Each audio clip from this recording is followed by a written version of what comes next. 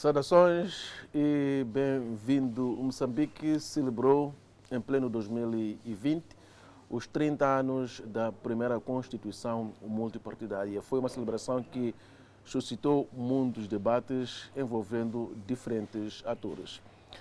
Juntamos-nos a este debate trazendo aqui o docente universitário, o jurista advogado Felipe Sitoio, para nos ajudar a refletir a nosso nível. Doutor, bem-vindo à família Mídia Mais. Muito obrigado, bom dia.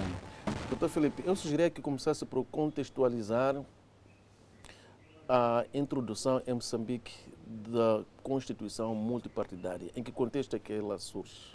Muito bem, eu começaria por dizer que é uma longa caminhada e o contexto que me é solicitado não pode deixar de traçar aquilo que são princípios e valores que estão por detrás desta Constituição, como se a anterior, de 1975, não tivesse pressupostos democráticos. É como se estivéssemos a cortar a primeira Constituição da República Popular de Moçambique para celebrarmos 30 anos da Constituição multipartidária no sentido que é dado a esta comemoração. Bom, a crítica seja feita, e é válida.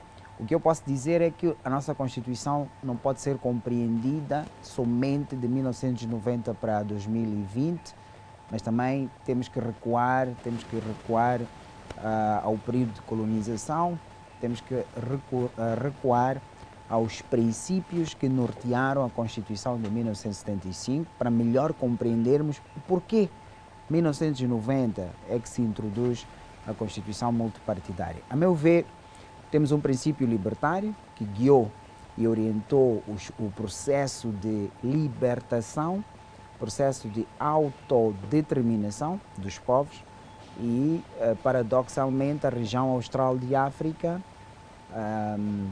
aconteceu numa fase tardia, 1962 para cá, com as independências da Tanzânia, da Zâmbia, que serviram depois de alavanca para a luta de libertação nacional em Moçambique e depois da independência moçambicana, a independência do Zimbábue e finalmente o fim do regime do apartheid e a libertação de Nelson Mandela. Nós temos que compreender que a nossa Constituição tinha um primeiro princípio, que é o princípio de autodeterminação. O valor que se perseguia, Eduardo Mondlane, era liberdade. Portanto, a primeira grande aspiração da Constituição de 75 era independência no sentido de autodeterminação dos povos de Moçambique, independência política. E para conseguirmos isso, a nossa Constituição trouxe um segundo valor, que é unidade nacional. E essa unidade nacional traduzia um objetivo único. Todos aqueles que se sentiam moçambicanos procuraram uma solidariedade para atingir um objetivo que era a independência. Portanto, o princípio da unidade nacional. E depois veio agregado um fator contrário às independências francófonas e anglófonas, que é o fator militar. Quer dizer, os portugueses sempre foram difíceis, foi preciso porrada, não é? Em Moçambique, Angola, Guiné-Bissau. O fator militar levou aqui o movimento de libertação, a frente de libertação, tivesse outros pequenos valores e princípios associados que estão refletidos na Constituição, que é o valor de contar com as suas próprias forças, o valor de dignidade, integridade, sacrifício, portanto, unidade, trabalho, mas sobretudo vigilância. Estes princípios levaram-nos a conquistar a independência, levaram-nos à primeira Constituição e levaram-nos a um primeiro modelo que, na minha ótica, era um modelo democrático, mas era um modelo democrático em que pontificava um único partido. Mas havia lá uma democracia participativa, monopartidária, com as suas vantagens, mas, sobretudo, um grande pilar que é a justiça social. Portanto, procuramos nos libertar porque era injusto o sistema colonial. Há aqueles que defendem mesmo que houve sempre democracia, houve acima de tudo democracia enquanto tivemos o regime do partido único e também mais... Exatamente. E depois tivemos uma sociedade com justiça de facto. E justiça social. Exatamente, enquanto vigorou a Constituição monopartidária. Exatamente. Por isso mesmo que o artigo 1º da Constituição definia Moçambique como um Estado unitário, um Estado democrático e assente, entre outros princípios, no princípio da justiça social. Isto aqui nós encontramos em Eduardo Mondlane, no seu discurso, mas encontramos sobretudo no discurso do presidente Samora Machel na independência nacional, quando ele diz que proclamamos a independência total e completa. E aí nós começamos com o nosso constitucionalismo.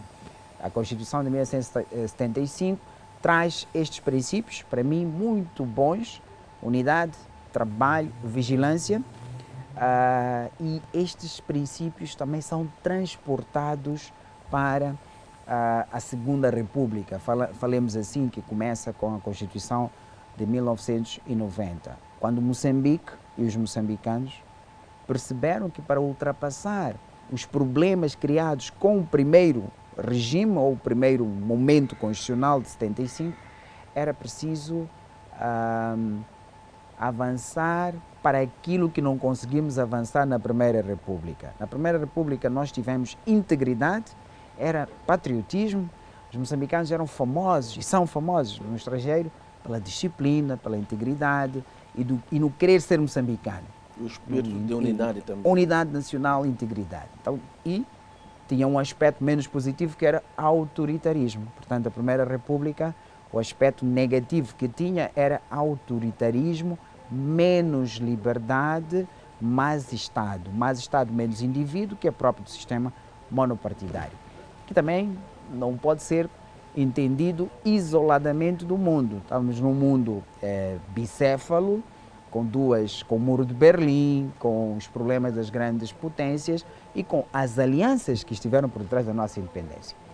Quando nós percebemos que a falta de liberdades, a guerra dos 16 anos, aquilo que não conseguimos fazer, apesar de termos muita justiça social, não tínhamos liberdades.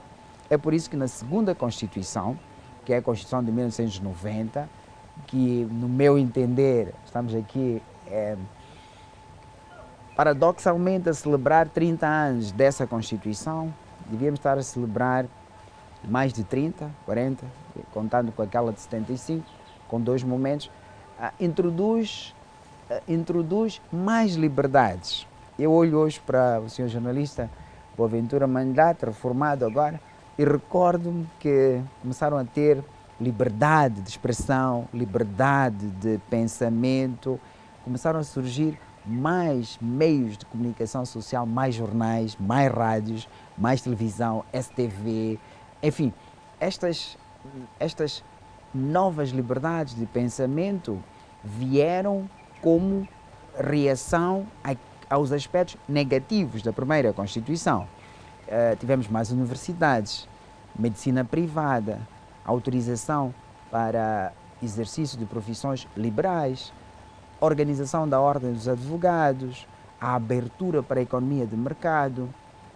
Isto são valências, criação de novos partidos políticos. É engraçado que logo a 23 de fevereiro de 91 é aprovada a lei dos partidos políticos, porque era o aspecto multipartidário que os acordos de Roma determinavam. Portanto, aí a nossa Assembleia Popular, na altura, foi inteligente e avançou-se para um modelo democrático.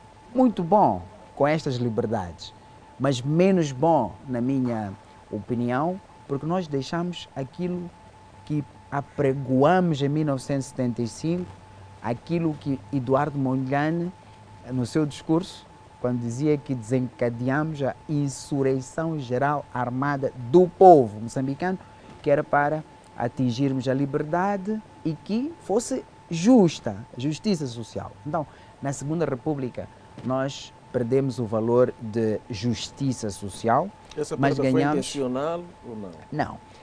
Tem a ver com a dinâmica social.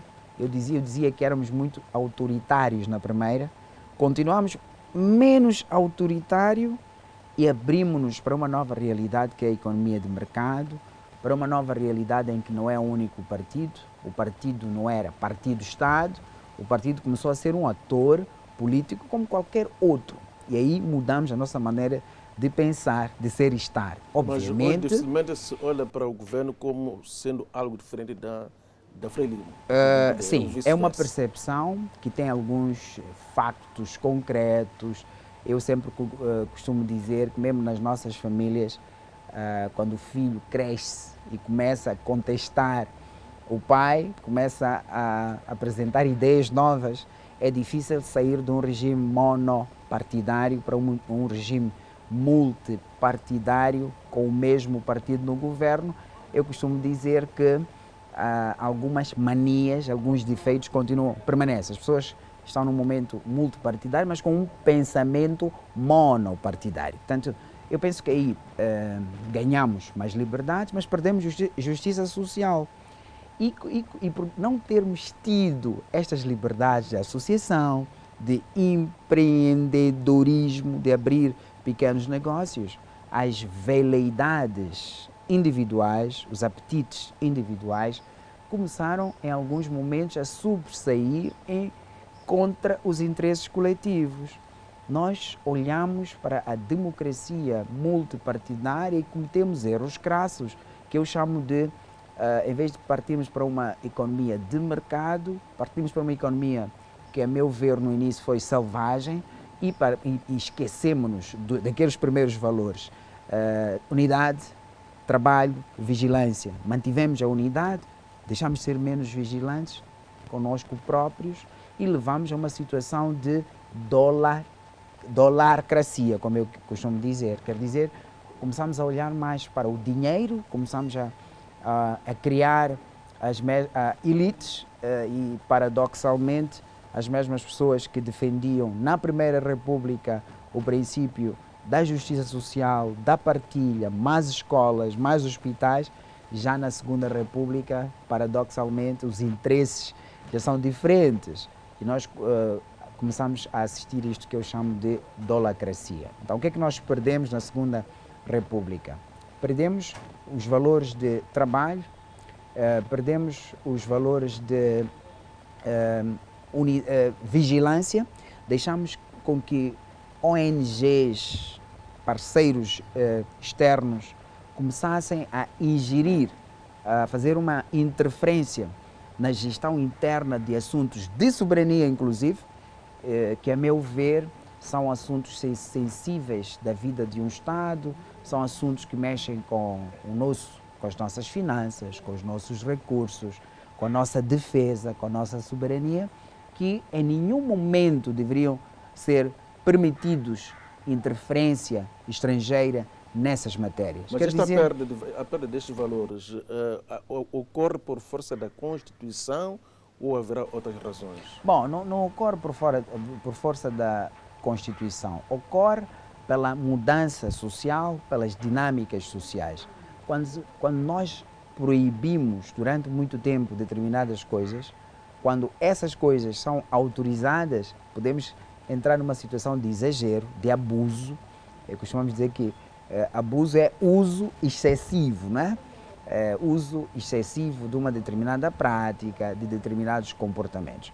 Então, perdemos estas coisas, estamos numa democracia multipartidária, mas esta mesma democracia, no meu entender, os 30 anos, pressupõe que nós, numa democracia, deveríamos ser mais tolerantes, deveríamos tomar decisões mais consensuais. E o que é que nós assistimos?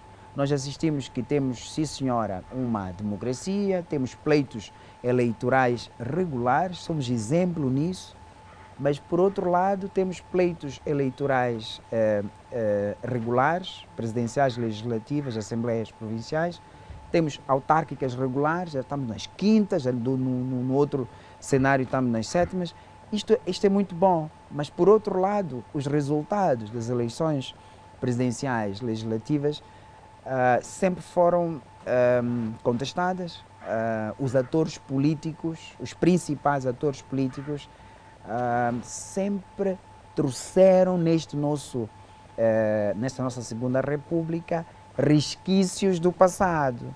Quer dizer que há falta de confiança, a falta de tolerância.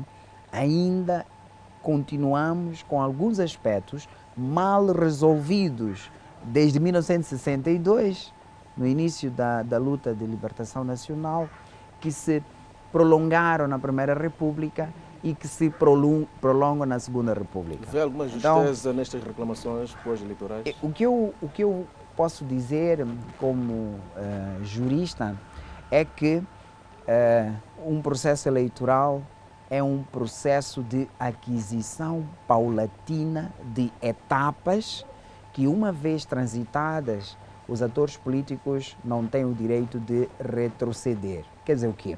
Quer dizer que se o processo de registro eleitoral, se o processo de fiscalização do recenseamento no bairro, no nível distrital, no nível provincial, na Comissão Provincial de Eleições, não tiver sido devidamente controlado, devidamente fiscalizado, não pode, por mais justo que pareça, o ator político exigir que um determinado ato eleitoral danoso seja julgado pelo Conselho Constitucional. Por quê? Porque a etapa de contestação era na mesa do registro de recenseamento lá no bairro de Machemel. E se isso não aconteceu, e a iliteracia jurídica que a maior parte dos partidos políticos tem, até mesmo nos grandes partidos políticos, leva a este sentimento de desconfiança, mas também leva a este sentimento de ignorância do procedimento legal que leva-nos a um resultado, como se diz, livre, justo e legal. Moral da história, os partidos, a maior parte dos partidos políticos, estão ainda a aprender o fenómeno democrático, precisam aprimorar a sua ferramenta interna, a sua democracia interna. Se me perguntarem, entre os vários partidos políticos, qual é a agenda, qual é o core business do MDM, qual é a agenda da RENAM, qual é a agenda dos outros partidos políticos, eu vou responder claramente que não conheço a agenda política da RENAM. Um manifesto eleitoral claro e um conhecimento ou uma indagação de que, bom, se o meu partido político desaparecer, qual é o impacto que isso traz na sociedade? Mas estes partidos sempre que vão às eleições não apareceram com manifestos eleitorais. Sim, mas não sabemos se aqueles manifestos eleitorais representam verdadeiras agendas políticas defensáveis pós-resultado eleitoral. O que leva a que se duvide dos manifestos? Não é uma questão de duvidar. A questão é que me parece que o único partido que tem manifesto político em várias áreas de atuação e que algumas ou muitas das suas ideias são copiadas pelos outros partidos é a Frelimo. E a Frelimo tem isto por causa da sua herança de Frente de Libertação, mas também por ter governado e ter uma experiência governativa. É o único que, no meu entender, apresenta uma agenda política clara para a maior parte dos segmentos sociais. Se me perguntar qual é a agenda política da RENAM para a saúde em momento de coronavírus, não sei se vais conseguir me explicar. Qual é a agenda política da RENAM para o terrorismo em Cabo Delgado? Qual é a agenda do PDD? Qual é a agenda do MDM? Eu não consigo identificar. Portanto, os partidos políticos em Moçambique ainda necessitam de um amadurecimento. A nossa democracia trouxe a capacidade de a liberdade de pensamento crítica. Eventualmente, esta liberdade de pensamento e crítica tem sido beliscada aqui e acolá. Carlos Cardoso pode ter sido um mártir da liberdade de expressão. Não se pode pôr algemas nas palavras, não é assim? Podemos dizer que o professor Macuane pode ter também sido um exemplo de repressão à liberdade de pensar diferente, mas são desafios que a nossa democracia tem. Não quero dizer que os 30 anos de democracia multipartidária foram maus, não. O que eu quero comungar, e quero comungar muito com o professor catedrático agora, Severino Nguenha, é que nós temos que encontrar uma terceira via, e essa terceira via para a nossa democracia, a seu ver, e eu comungo plenamente com ele, é que nós temos que recuperar aquilo que era muito bom na Primeira República, que é a questão da independência, a questão da unidade, do trabalho, do gosto pelo trabalho, do gosto pela abnegação, o respeito, o patriotismo. Estes são os valores que nos levam à justiça social. E depois, recuperar aquilo que é muito bom na Segunda República, que são as liberdades. Eu olho para o jornalista Boaventura Mandate e recordo-me que Moçambique é exemplo, na África Austral, de liberdade de expressão dos mídias, de falta de censura que assistimos no Zimbábue, em Angola, em outros países aqui da região. Moçambique é, digamos, Manchester United, não é? Na área de comunicação social. Não estamos Já a se diz dizer... de forma reiterada que a lei de imprensa que surge à luz da Constituição Multipartidária, a lei de imprensa moçambicana, portanto, é das mais progressistas conhecidas no mundo. Não só devido à região. Exatamente. Eu até diria que a nossa lei de imprensa iguala-se ao Conselho Constitucional ou ao Tribunal Constitucional Sul-Africano, que é dos mais modernos tribunais constitucionais do mundo. Mesmo assim, já se reclama a sua revisão. Sim, as leis são sempre dinâmicas, os atores diretamente beneficiados dessa legislação, que são os jornalistas, querem sempre mais direitos. Não esqueçamos que também representa o quarto poder, não é? E este quarto poder é sempre um poder de indagação constante, de procura de respostas, por vezes difíceis, por parte dos atores políticos, sejam eles do Executivo, Legislativo ou do Judiciário. A Constituição trouxe uma coisa muito bonita também, que é a separação dos poderes, uma separação clara dos poderes, Executivo, Legislativo e Judicial. Em Moçambique, o senhor jornalista vai concordar comigo que quando um juiz emite um mandato de captura, esse mandato é cumprido. Quando um juiz manda penhorar, essa diligência de penhora ou de arresto é efetuada. Nós temos países, aqui ao lado, que uma decisão de um Supremo Tribunal de Justiça é simplesmente ignorada por um comandante de esquadra, é simplesmente ridicularizada. Nós temos um juiz presidente de um Tribunal Supremo de um determinado país da SADC que foi obrigado a se demitir. Portanto, o ridículo de alguns constrangimentos democráticos é que, por vezes, os poderes executivos olham com reservas para o poder legislativo ou, sobretudo, para o poder judicial. Mas por quê? Tem sempre uma história.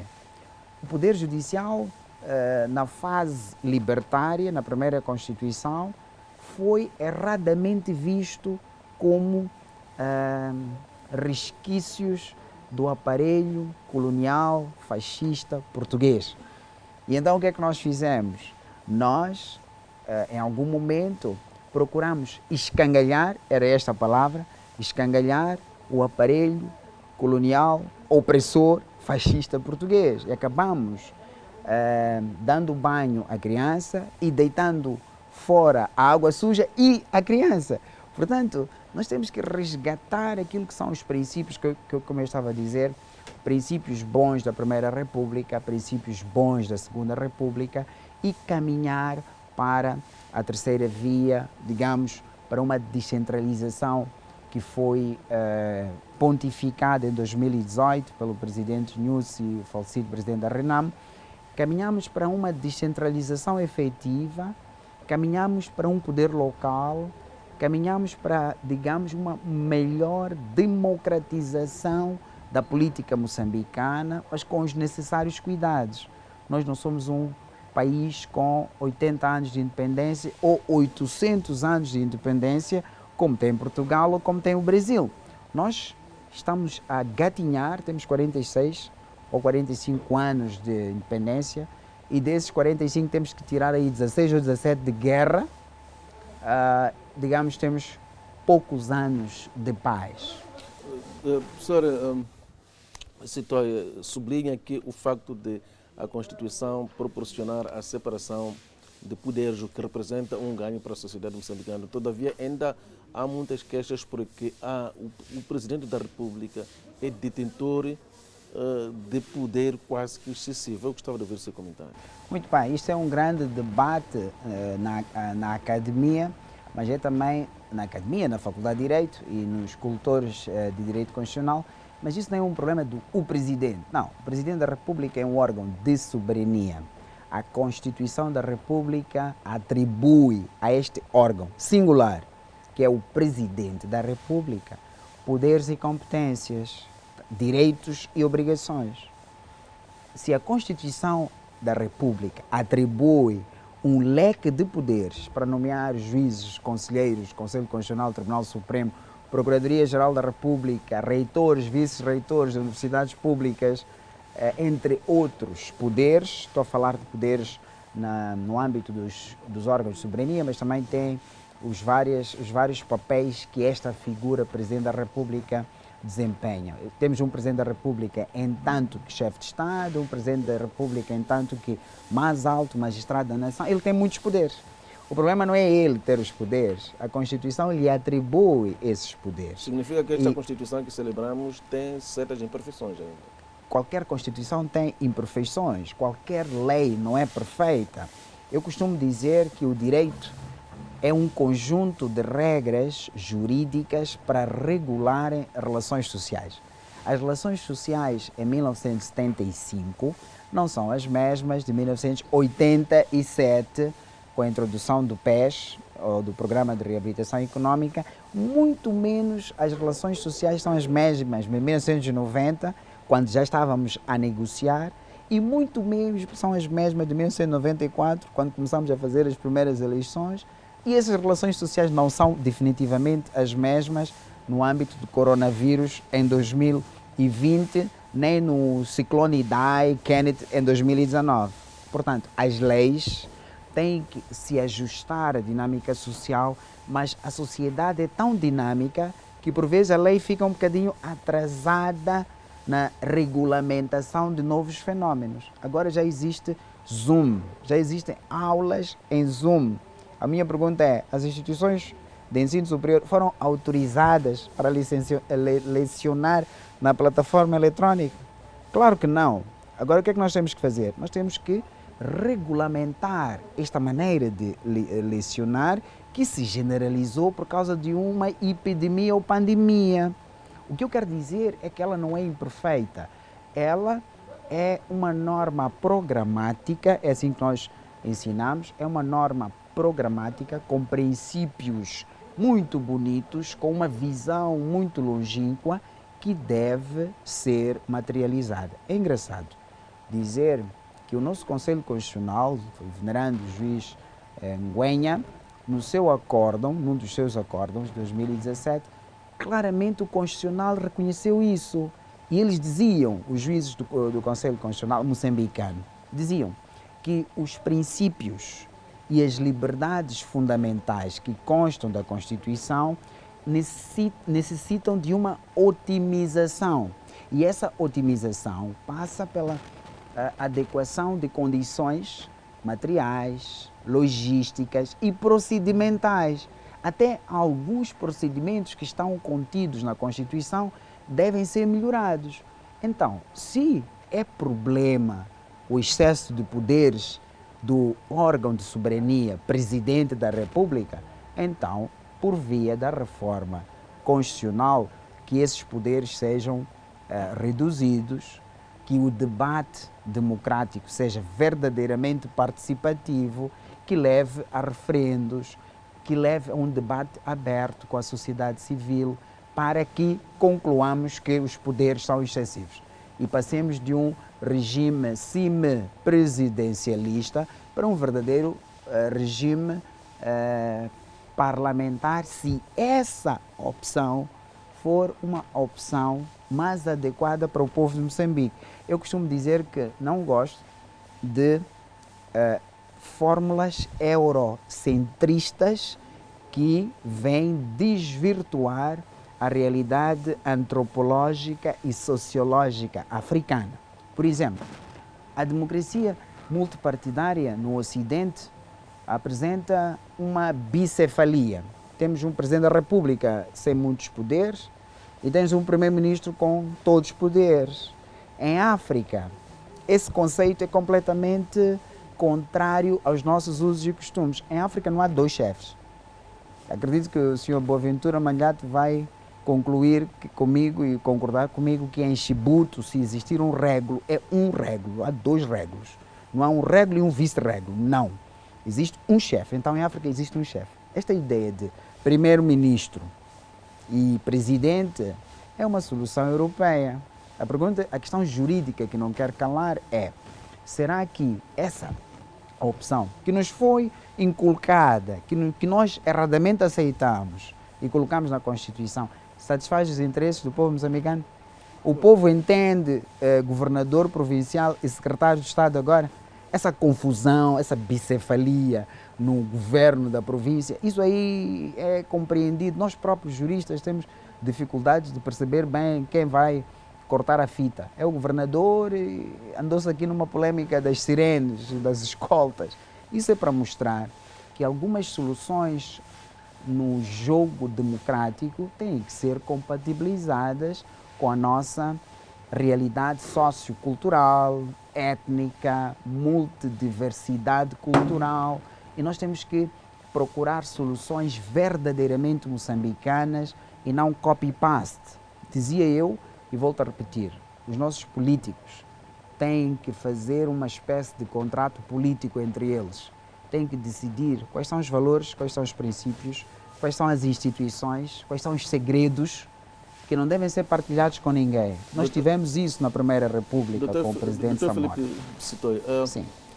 A dada altura deu certo mérito àquilo que têm sido os manifestos eleitorais da Frelimo em detrimento de outros partidos. Não. A Frelimo compromete-se, tem estado a comprometer de forma reiterada a eliminar a pobreza, as assimetrias, entre outros males que afetam a sociedade moçambicana. Todavia, os mesmos males prevalecem.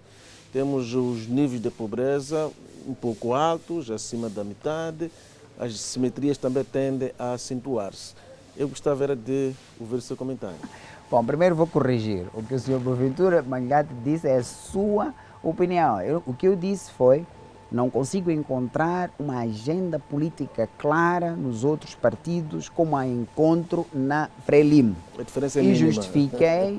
Justifiquei que, e perguntei se conhece a agenda política da RENAM para a saúde, para o coronavírus, do MDM, dos outros partidos. Então, estou a falar de um programa de governação, estou a falar de um governo sombra da oposição que possa dar luta e possa trazer para a governação do governo dia inputs valiosos. Não temos isso. O que nós temos, e o ridículo que eu costumo dizer, é que por vezes temos muitos queixosos, muitas reclamações.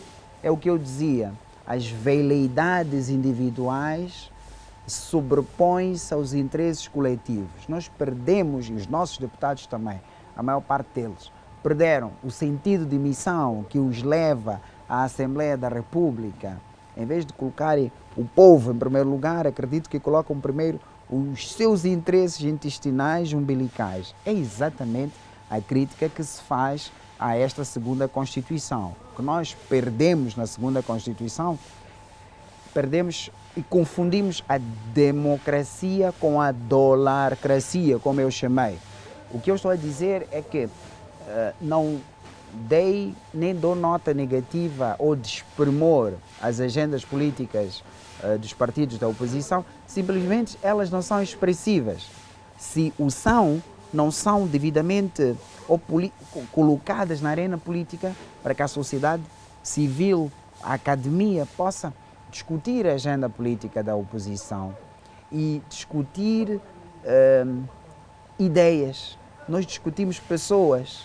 Nós temos, como déficit de democracia, nós temos um problema do passado mal resolvido, um problema de injustiça social, um problema de injusta distribuição de recursos naturais e um problema de guerra. Obviamente que o conflito de interesses, o jogo de interesses, os interesses em jogo numa economia de mercado em que pontifica quem tiver mais recursos financeiros pode arrastar a governação do dia e arrasta a governação do dia para situações de descredibilização, para situações de desgaste. 40 anos, mais de 40 anos no poder, desgasta.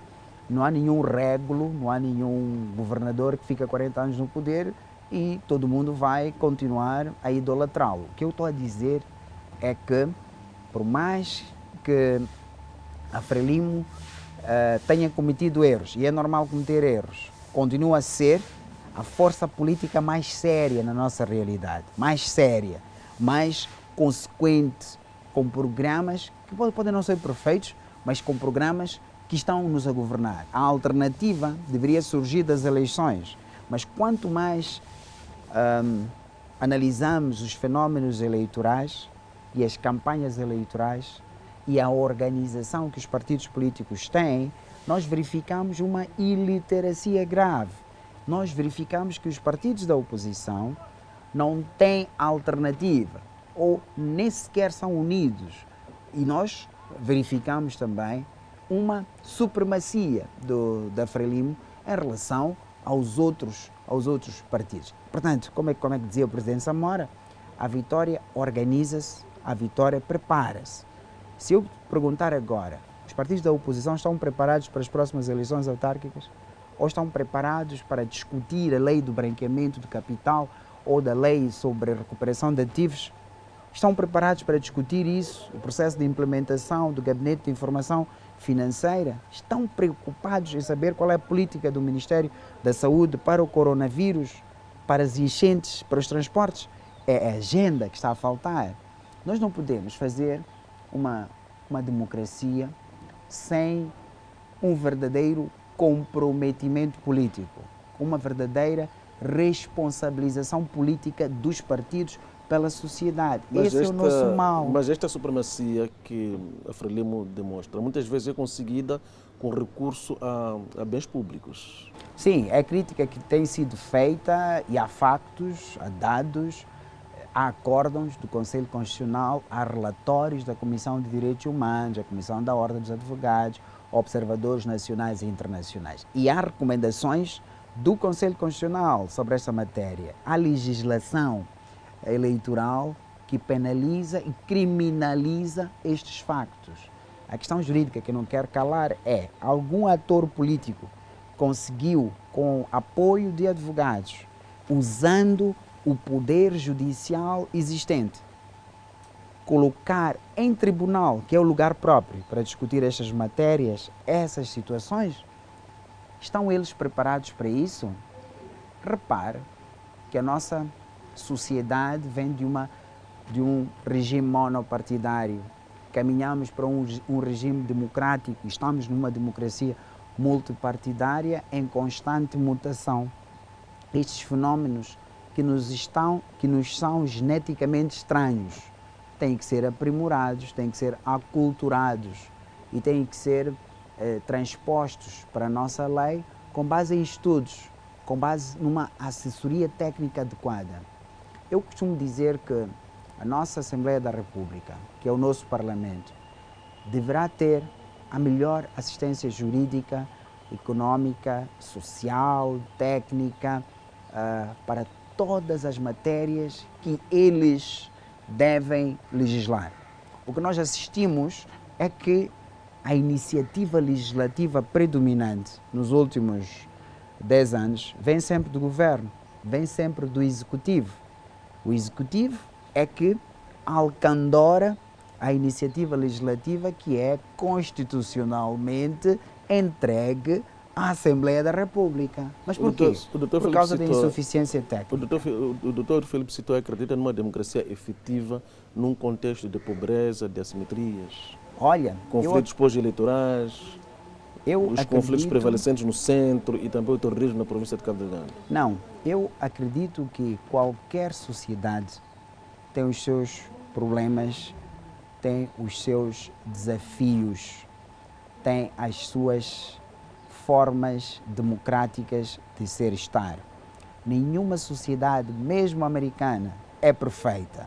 Basta ver o presidente Trump, que não quer aceitar os resultados eleitorais. como aqui os nossos partidos da oposição também não aceitam. Portanto, se alguém se enganou pensando que a democracia americana é perfeita, então acabamos de ter um exame final de que ela não é perfeita, de que até onde nós pensávamos que as instituições estavam consolidadas, as instituições eleitorais também lá são questionadas, e não são questionadas por gente pequena. Portanto, não temos democracias perfeitas. Eu penso que nós temos regimes democráticos que se adequam às condições económicas, sociais, infraestruturais, procedimentais das suas comunidades. E nós temos que encontrar soluções moçambicanas. Nós temos que encontrar os pontos bons e os pontos menos bons da nossa democracia multipartidária. Se me perguntar, está tudo mal? Eu vou dizer não.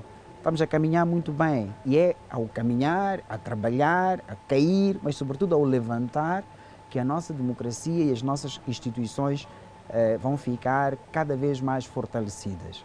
Existe algum ascendente do executivo sobre os outros poderes? Está claro que existe. A questão jurídica que se coloca é por que os outros poderes não usam os seus poderes para contrabalançar este ascendente e encontrar, por exemplo, uma separação de poderes, mas com interdependência, porque são todos órgãos do mesmo corpo que é o Estado. A nossa democracia é jovem, tem aspectos muito avançados, como acabou de dizer, a vossa lei de imprensa é o exemplo disso. É engraçado que os jornalistas não gostam quando se aplicam as medidas penais que estão na lei de imprensa contra os abusos à liberdade de expressão. Mas é uma das melhores leis. A nossa Constituição também é uma das constituições que contém princípios orientadores muito modernos do século XXI, mas que estes princípios precisam de condições de otimização. Não são perfeitos, não há nenhuma Constituição perfeita. E ela vai crescendo à medida que as necessidades e as dinâmicas políticas do país exigem. Nós saímos de uma situação de governador indicado para governador eleito. Saímos de uma situação de partido único para muitos partidos. O povo continua o mesmo. A pobreza que fez menção existe, agudiza-se em algumas regiões, em muitas regiões. O terrorismo existe e surge num momento em que nos parecia que o boom de exploração dos recursos naturais, em especial o gás, iria trazer, irá e está a trazer mais-valias, e que essas mais-valias seriam utilizadas para alcandorar a saúde e a educação e o desenvolvimento da nossa indústria. E depois surge exatamente onde esses recursos existem. Os problemas políticos no centro também estão lá, estão candentes. Problemas políticos estes que nos recordam sempre de onde nós viemos. A falta de democracia interna em muitos partidos, ou o refrear da democracia interna em alguns partidos, leva a este esticar de cordas que no meu entender pode perigar a nossa democracia e aumentar o sofrimento do povo, como a miúdo assistimos na Estrada Nacional no mesmo. A Constituição multipartidária, que faz 30 anos, neste momento a serem celebrados, gerou a sensação de que finalmente haveria alternância em Moçambique. Isto não se conseguiu ao longo destas 3 décadas. O que é que terá, Fernando? Bom, sou jornalista, partiu de um pressuposto, gerou a percepção. Portanto, percepções são percepções, ilações são ilações. Os resultados, os factos concretos é que essa percepção foi rebatida. Essa percepção foi rebatida, tem sido comprovadamente afastada, mas não significa que a alternância política na governação seja algo que se concretize no papel. É importante que os atores políticos, e todos nós, jornalistas também, contribuam para o crescimento da consciência política, contribuam para o crescimento do interesse em participar na vida comum. Eu tenho na academia exemplos vários de inércia participativa nos debates de assuntos que nos dizem respeito. quando a Assembleia ou quando a Assembleia Municipal convoca os cidadãos da cidade de Maputo para discutir a postura dos cemitérios, poucas pessoas participam. Mas depois da postura ser adotada, aprovada e entrar em vigor, começam as críticas. Os únicos momentos em que a participação popular faz-se notar é quando queremos constituir a Comissão Nacional de Eleições ou quando queremos criticar a indicação de alguém para a Comissão de Ética ou quando queremos criticar o excesso de poderes do Presidente da República quando estamos no momento de cessação de mandatos dos presidentes dos tribunais ou dos presidentes ou dos reitores das universidades. Portanto, não estamos a discutir a substância, estamos a discutir a forma. E no meu entender, não é um problema do presidente Nyusi, do presidente Guebuza, do Chissano, é um problema do sistema e é um problema de nós moçambicanos sabermos o que é que nós queremos. O que é que nós queremos no século XXI? O que é que nós podemos fazer para que as nossas instituições sejam fortes? O que é que nós podemos fazer para que não haja uma promiscuidade entre o poder político e o poder judiciário? O que é que nós podemos fazer para que o judiciário seja forte, econômica e financeiramente forte? Mas por que o judiciário? Porque são os garantes dos direitos e liberdades fundamentais dos cidadãos. As tais liberdades que não tínhamos na forma expressiva que temos hoje. Se nós tivermos um judiciário forte, uma Procuradoria-Geral da República forte, um CERNIC forte, uma Ordem dos Advogados forte, um IPAS forte, nós teremos um cidadão também forte, porque o cidadão saberá ter recurso a estas instituições para se defender dos excessos e dos abusos do poder executivo ou do poder legislativo. Nós temos instituições, mas precisamos dotá-las e apetrechá-las. Temos que ter vontade política para termos uma polícia forte. Parece que isso é que está a faltar em demasia. Na sua opinião, que desafios se impõe à sociedade moçambicana para a implementação profícua da democracia, 30 anos depois? Eu penso que da Constituição multipartidária. Nós temos que identificar quais foram os princípios e valores que começamos e se esses princípios e valores ainda mantêm-se úteis no Moçambique do século XXI. Se os valores que nós queríamos e conseguimos, e graças a jovens como o senhor jornalista, mantivemos-nos independentes, mantivemos-nos autodeterminantes do ponto de vista de liberdade política, então temos que caminhar para a liberdade econômica, a liberdade social, temos que valorizar a nossa soberania, temos que valorizar os nossos recursos, temos que mudar as nossas leis, a lei de petróleo, a lei de minas devem ser mudadas. Não podemos jamais permitir que a FUNG e Palma sejam protetorados de investidores estrangeiros, sejam eles americanos, italianos ou franceses. Nós temos que ter um sistema de segurança credível, como sempre tivemos, no valor vigilância. Mas nós temos que ter uma vigilância na componente individual, na componente moral e na componente coletiva. Crítica seja feita que nós vacilamos na nossa vigilância individual. Começamos começamos a olhar mais para o dinheiro e deixamos de valorizar princípios que nos levaram a manter o país unido. Agora é normal elogiar expressões ou condutas que nos levam ao regionalismo, ao tribalismo. Pontifica em algumas situações, nomeações com base em critérios étnicos, tribais. A questão das cotas. Queremos um Moçambique que ultrapasse estes elementos que prejudicam o valor da unidade nacional. Não podemos continuar numa atmosfera em que, como se diz na gíria, é a nossa vez de comer, porque nós olhamos para a origem. Temos que potenciar capacidades, conhecimento, e temos que valorizar a crítica e a autocrítica.